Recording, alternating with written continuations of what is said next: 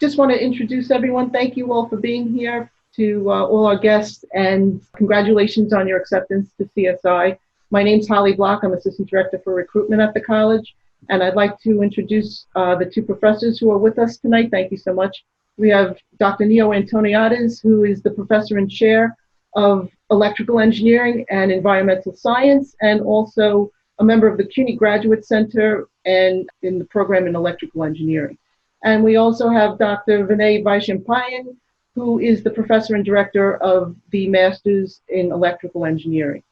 I'd also like to introduce the recruiter admissions advisors on our team. We have Joyce Adorno, Andrey Parkhomenko, and Tamara Mosley with us, all alums of the college. I'm going to share my screen with a brief intro and then turn it over to the professors. A few factoids about the college, if you might not already know. We are a unique college in CUNY and the only public college on Staten Island. We offer all the way from the associate through the doctoral degree.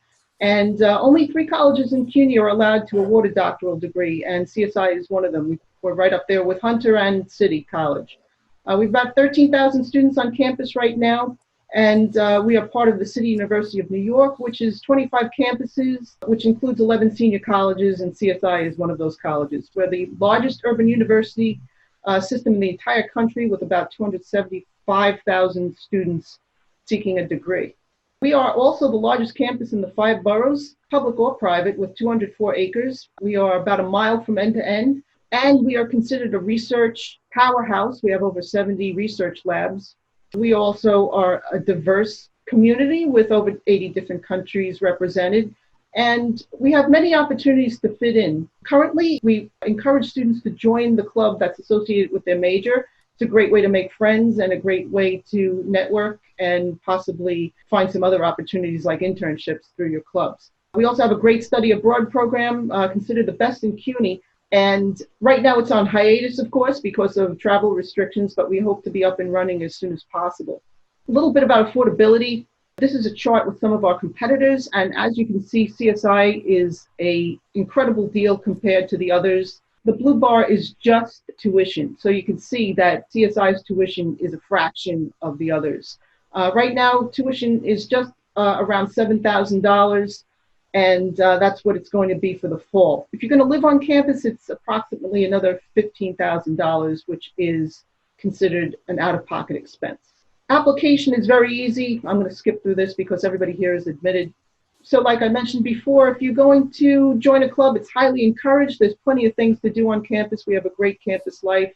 We're hoping that we can slowly come back in person. As of now, we are looking at it 80% online, 20% in person, but that should increase as we progress through the fall semester. You can still join a club virtually, so we encourage you to join the club associated with your major. We have 47 undergraduate majors and 17 master's degree programs at the college. We have the at-a-glance fact sheet in the chat box for you. We have distinguished faculty. So if your professor is teaching at the CUNY Graduate Center, that means that they're renowned in their field and they are regarded as the utmost experts in their discipline. So as you can see, Dr. Antoniades is one of those distinguished professors who teaches at the Graduate Center, and he's also the chair of the department and very accessible to all of the students in the program. We have state-of-the-art resources, so you can go for a virtual tour of CSI. Upper left is the library, and upper right is the Sports and Recreation Center. Campus Center is bottom right, and Center for the Arts is the bottom left. This is an overhead view of our campus, and as you can see, it looks like its own little city, and it's, like I mentioned before, 204 acres, mile from end to end. We have 2 buses that circle all day long, the campus shuttle. So once we're back on campus, if you don't feel like walking from end to end, it's only about 15 minutes to walk it, by the way. You can take one of the shuttles that go circling around the perimeter. We are now NCAA Division II. We are very proud to say that we are part of the East Coast Conference, Division II. And if anybody in our group today is interested in competing, and if you're competitive as a high school student, you can let us know and we'll put you in touch with the respective coach. We have honors programs. Almost everybody in our group today might be qualified for honors, and anyone who's been accepted to an honors program, congratulations. So you can join Verrazano. If you still want to join an honors program as a current student, you can apply in the spring of your freshman year if you're holding a 3.25 GPA.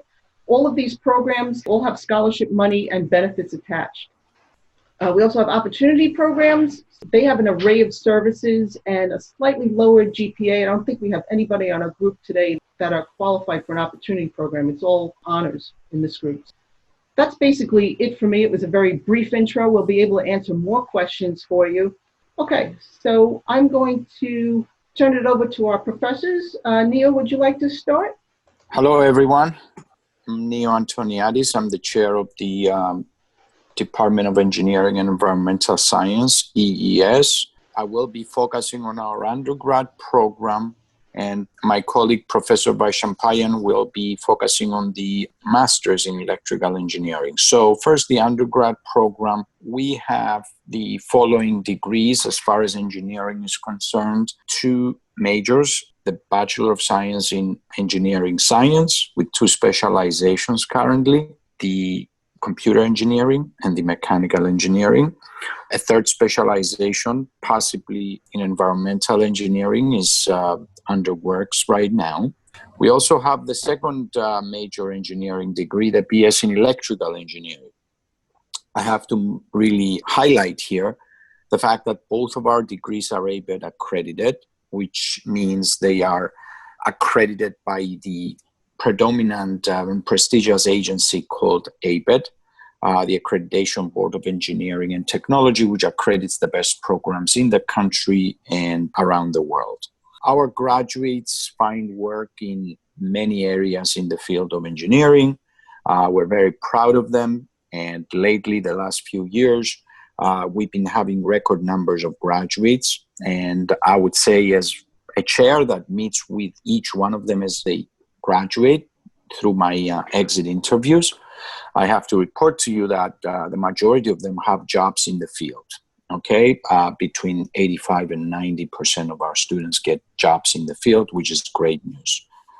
Let me also briefly talk about our degrees in environmental science. We have the Earth and Environmental Science degree and the K through 12 Earth and Environmental Science BS, which are also extremely valuable and prepare students for jobs in the field of geology, environmental science, science teachers, which all of you know that are very high demand right now. So I understand there is also a couple of students that are interested to pursue those areas, right, besides engineering, and we can answer questions. We do have state-of-the-art laboratories, and our students, the undergrad students, as well, of course, as the master's and PhD students, have a chance to work in state-of-the-art laboratories with mentors. And the last few years, our students have been presenting tremendous projects in the undergraduate research conference, which happens every year in May. And they go on work in the industry or pursue graduate degrees. And we do have research funding from the different agencies and private companies. So our faculty mentors are really at the top of their fields. What we show here is sort of a depiction, an artist rendering of what we are pursuing right now, which is a makerspace suite, which is coming to fruition because of the generous support from the State and Island Borough President's Office and the New York City Council. They're helping us with $1.35 million to renovate half of the entire first floor of our 4N building. One of the rooms will look, as you see here in the rendering, will give the students the chance to build stuff while, of course, supervised. We're going to have a state-of-the-art machine shop, design studio, virtual reality demonstrations, innovative instructional methods, and spaces where the students can use software as well as hardware.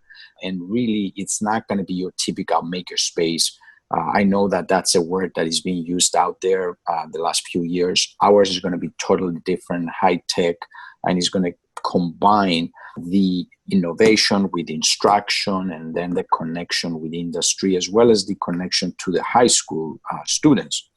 So it's going to make that transition for students from high school to university to the industry. That's another view of our makerspace. I think what you see is the outside on the top picture, as well as the renovated machine shop on the bottom. Continuing here, this is just sort of talking about some of the work that one of our groups is doing in the optical communication area. Currently is funded with a couple of NSF grants and is doing some great work based on recent industrial collaborations that we had with Boeing. We're very proud to say that we've been the only university working with Boeing and designing a component that went onto their new plane, the 777-X, that is currently undergoing tests and is going to be flying commercially soon. So we're very proud of that work, as well as all the other work that is going on in our research labs. Let me also mention, that's a good point here in this slide, that we do offer also the Associate in Science in Engineering Science. That's a 2-year program that prepares students to either enter the field, so a quick degree, they get some of the background in the fields of electrical or mechanical, let's say, and then they go work in the field. Or they're not prepared. Let's say they're not calc ready to enter into our 4-year program, and so they are entering into the 2-year program, improving their math skills, and eventually making seamless transition to the 4-year program. That's what the AES offers the students. And it's 60 credits. Most of them are going to make the transition toward the 4-year program. It is designed to serve the electrical as well as mechanical engineering areas of concentration. Okay, this one talks a little bit about our engineering science program, one of the 2A beta accredited programs, as I mentioned at the beginning. And essentially, this is a very nice general program that at the same time can offer some background in electrical engineering, right? The fundamentals in electrical engineering, and then the students focus on either computer or mechanical engineering specializations. And as I said, SABIT accredited and very rigorous program. Both of our engineering programs require 133 credits. So these are demanding degrees, and our students become engineers, get good jobs in the field. This talks a little bit about ABET accreditation and why is it important to have that accreditation. And the top programs in the US as well as in the world right now, it's moving internationally as well, do have this accreditation. And as a matter of fact, we are up for a reaccreditation visit this coming fall, and we expect full reaccreditation. Every 6 years that happens, right? So it's something that keeps going, and it helps with the improvement of the programs at every school. This talks a little bit about how well prepared our students, right? The solid foundations that they have in engineering, in the different areas, and of course, the positions they get in the field. We can talk about that. We are in a high technology corridor here, New Jersey, Connecticut, New York City. And there are many opportunities for these students that are well motivated to do internships at the beginning and then get permanent jobs. Electrical engineering, that's the second program that is ABET accredited. We're actually one of the very few in the metro area that offer this degree. Very rigorous curriculum, encourages the students to design, test, prototype systems. When we were designing this program, we actually compared it with other programs in very well-known schools, right? And ours fares very well when it comes also to hands-on experience, okay? So we do offer a lot of hours of hands-on laboratories. Continuing on that, let me just stress the fact that we have courses in these areas that you see here. Optical, right? Fiber optics, microprocessor, signal processor, controls, electrical power, some of the areas where we offer courses. And of course, our senior design is a 2-course sequence for the senior year where the student builds something innovative, and tests those. Students work in groups and they really gain valuable engineering experience by doing that. That's a unique aspect of our program, actually. And it's also in the engineering science program. Students have to build something in their senior year. Obviously, the two specializations, mechanical and computer engineering, and some of the areas where those two specializations focus on. What you see in the picture is probably some of the designs of the undergrad students in our mechatronics lab. And we are preparing for a third specialization, most probably environmental engineering, to come on board in the next couple of years. Of course, there is many minors that a student can pursue. And as we all know, this is one of the trends these days, right? For students to get multiple degrees, multiple majors, I would say, to dual majors, right?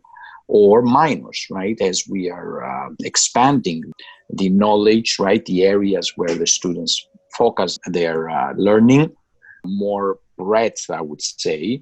And so you can do, a student in engineering can do a minor in math, minor in physics, minor in computer science, for example, okay, and a major in engineering. Those become very valuable, as well as, of course, some minor in business, right? That's also an important area that engineers need to know.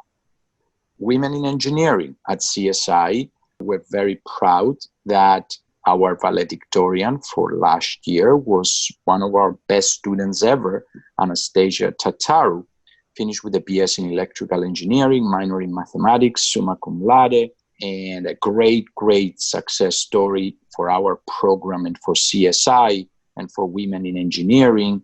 And she got an amazing job with a utility company.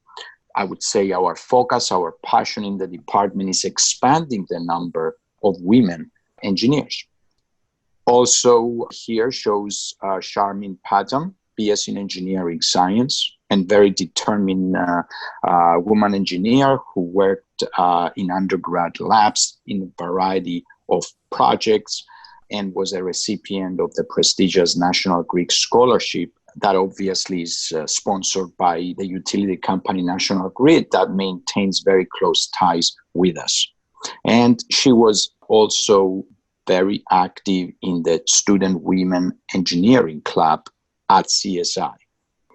This sort of outlines jobs in engineering, science and electrical engineering, and possible starting salaries. Money is very important, right? You put in the effort, you want to get rewarded. Obviously, getting a degree in engineering provides you with this opportunity to make very good starting salary and to move up the ladder, make more money, as well as obviously offer to society great and important contributions. Also, this slide was listing some of the companies that are hiring engineers, right? And their headquarters are in the metro region, the PSESGs, the Verizons of the world, Metropolitan Transit Authority, ComEd, National Grid, with whom we are working very closely, are some of the companies that are around and hire engineers from our program. Let's shift gears, go to the BS in Earth and Environmental Science. And also we offer the K through 12 variation of this degree for science teachers. Very, very good program. We have a nice group in Earth and Ocean Sciences with 4 faculty that are doing also tremendous research. We have specialists in oceanography, we have climatologists, we have faculty that work in mineralogy all over state and island, and they publish very actively in the field. We're also working in getting a path towards certification for a geologist, which would be a tremendous, I think, direction for students to follow and become professionals in that field. Getting a New York State licensure will provide tremendous opportunities in the field. That talks a little bit about oceanography and shows our faculty, David Lindo Atichari, who was one of the first researchers on a vessel to go around into the Cuban waters, one of the first ones, and do research on the Gulf of Mexico, the eddies, as they are called, the currents that bring the marine life up the eastern seaboard. And very active in research, David, as well as teaching in that area. Now I'm going to turn it over to my colleague, Professor Vinay Vaishampayan, for an overview of the Masters. Thank you, Neo, for the introduction to the undergraduate program. Hi, everyone. My name's Vinay Vaishampayan. So I'm heading the Master of Engineering in Electrical Engineering program here at CSI. So the program is designed, as you can see in the slide, the idea is to provide a deeper theoretical training as well as a practical training in some of the foundation disciplines of electrical engineering. So some of the areas that we focus on here are communications, photonics, signal and information processing, electric power, and several related fields. The focus areas, as I said earlier, there are three focus areas. There's a focus area in photonic systems and networks, another focus area in information processing and transmission, and a third focus area in electric power and energy systems. So after you complete a master's degree at CSI, and I'll talk more about getting into the master's program here, students can either choose to go into industry and take a job in industry, or can choose to pursue a PhD, and we partnered with the PhD program at City College, and our students have actually gone on to pursue PhDs at City College after finishing a master's program here at CSI. As far as the master's degree program is concerned, the program itself is a 30-credit program, 30. All students are required to complete 4 core courses. These are 4 foundation courses that strengthen the theoretical fundamentals that will allow you to pursue your chosen area of interest in more depth. The first of these is probability theory and stochastic processes in engineering. There's advanced signal processing, networking systems and protocols, and semiconductor devices. So there are these 4 foundation courses that every student is required to complete. Each of these are 3 credits, so that accounts for a total of 12 credits out of a total of 30 credits that you need to complete in order to earn a master's degree here at CSI. Also, as part of the 30 credit requirement, candidates are required to successfully complete either a topical study project, which is a 3-credit course in which they choose, it's an independent study of a subject of their choice. And that study could then lead up to a research project, which is for another 3 credits. So it's like a mini thesis.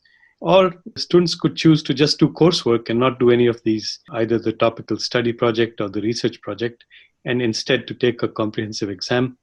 The exam itself does not carry any credit, but you do need to clear the exam in order to gain the Master of Engineering degree. It's a fairly flexible program, so you can choose to either pursue an independent research for 3 credits or up to 6 credits, or you can choose to take the comprehensive exam in order to round out your Master of Engineering program.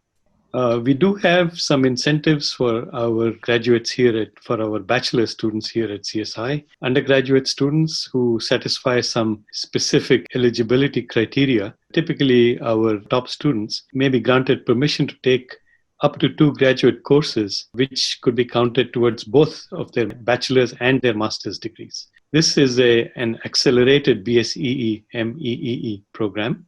And this allows students to earn both a bachelor's and a master's degree in 5 years. So you could walk out of CSI after 5 years with both a bachelor's and a master's degree. The requirements to be accepted into this accelerated master's program is that you have a GPA of 3.0 or above.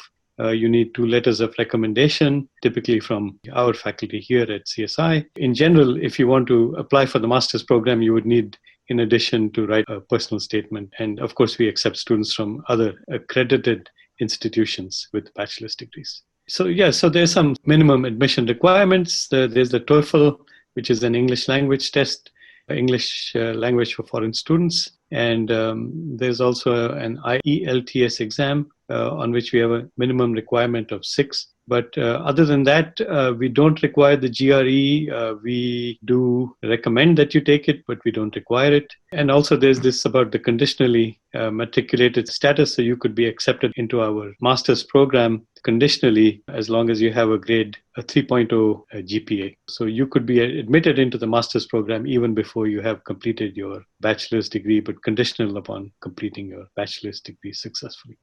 Okay, so that completes the Master of Engineering program.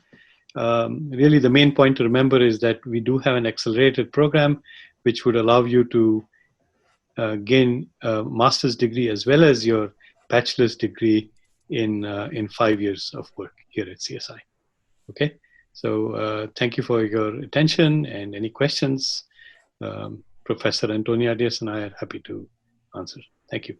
Thank you, Dr. Vachampayan. We're going to show a quick video of the facilities, and then we'll open it up to Q&A. So the video is a couple of minutes, and Andrey, one of our admissions advisor recruiters, is also a videographer. He's a cinema studies major. So whenever you're ready, Andrey.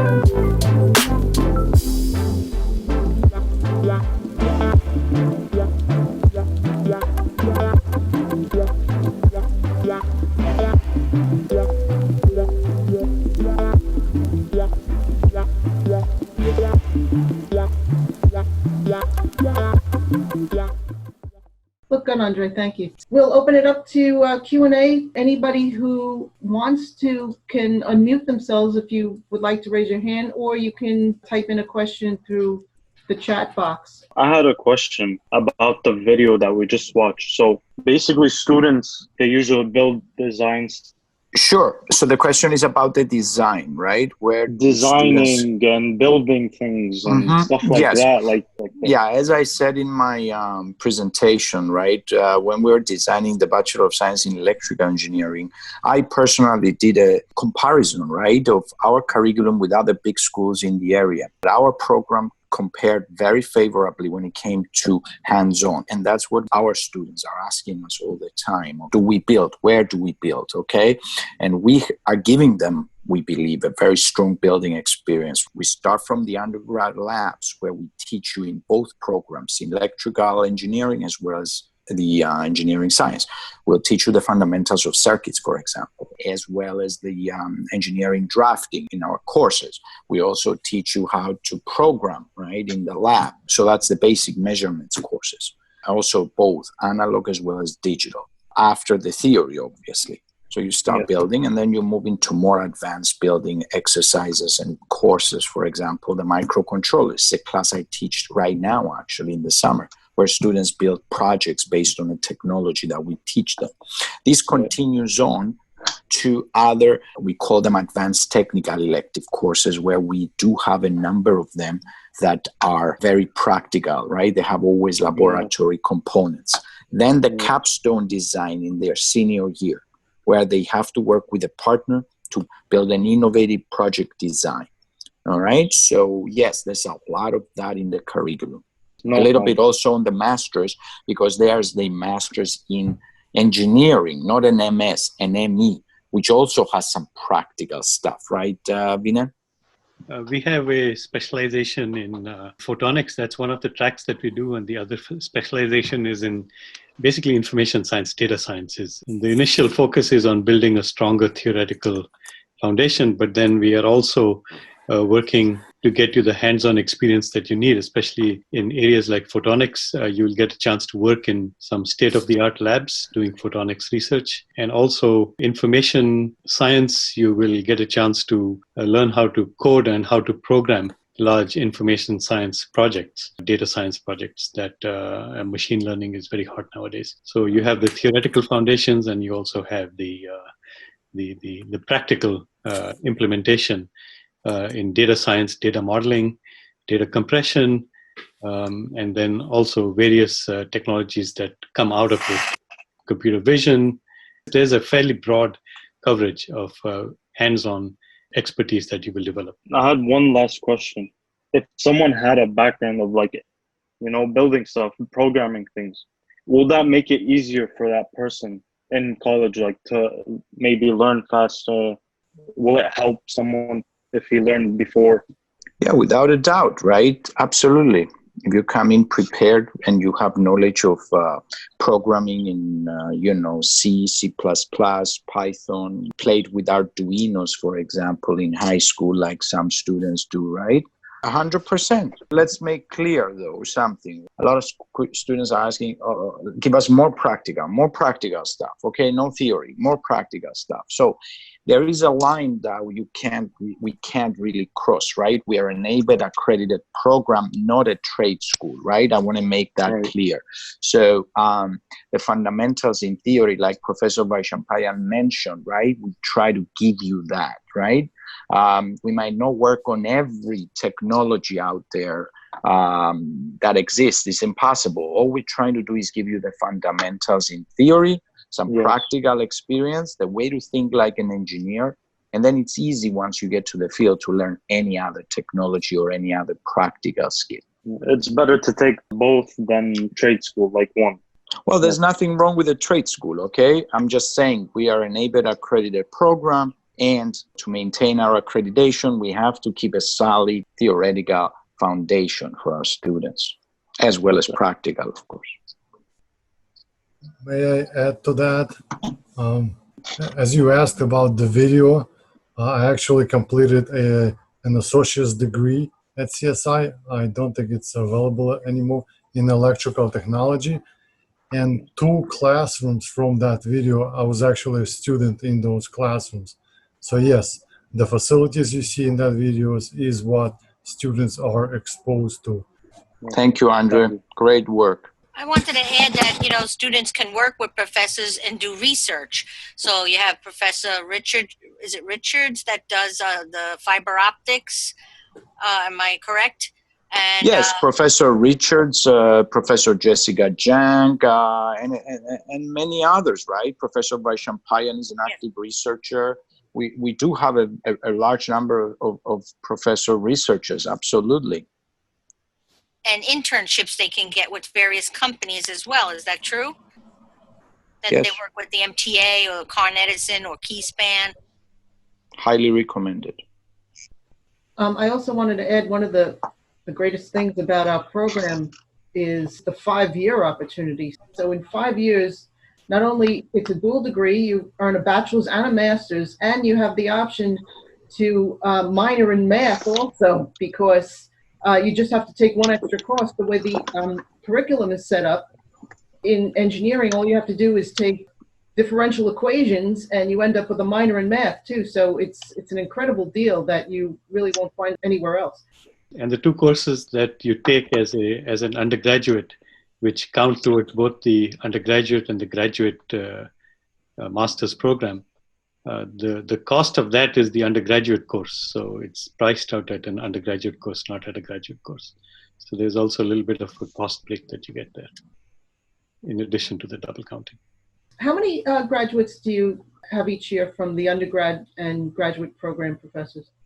So our undergrad last year had a tremendous turnout of graduates, right? We had record numbers, total of 91 or 90, maybe that included the masters, but definitely more than 80 right?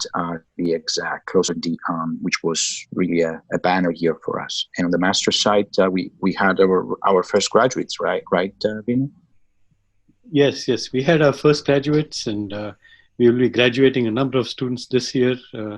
So the program is small, but it's growing. It's a very selective program. And let me, before I forget, make a note for everybody here. An important thing when you enter our program is advising, right? As you enter freshman a year, it's important to get in touch with our office. Our assistant, Marie Gomez, very, very helpful.